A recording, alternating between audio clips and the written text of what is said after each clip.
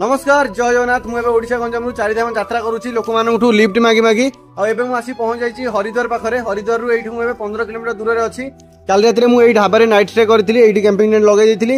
मुझे बाहर बोली कैंपिंग टेंट को सब फोल्ड करदेली बर्तमान मुझे रेडी बाहर यू हरिद्वार हूँ मात्र 17 किलोमीटर हरिद्वार गलापर आम हरखीपुरी जाए गंगार स्नान करवा ये सकालू फ्रेश हो जाइए किंतु गंगार गाधोर मजाटा किसी अलग प्रकार थाए तापर जदि माने हरिद्वार आस गंगार न गाधुଛନ୍ତି हरिद्वार आसी फायदा कौन तो से मुझे 17 किलोमीटर देखा केमी कौन आडजस्ट कर लोक मानू जा कहीं जो मोर जर्नीटा हम आप तो देखिले मु गाँव रु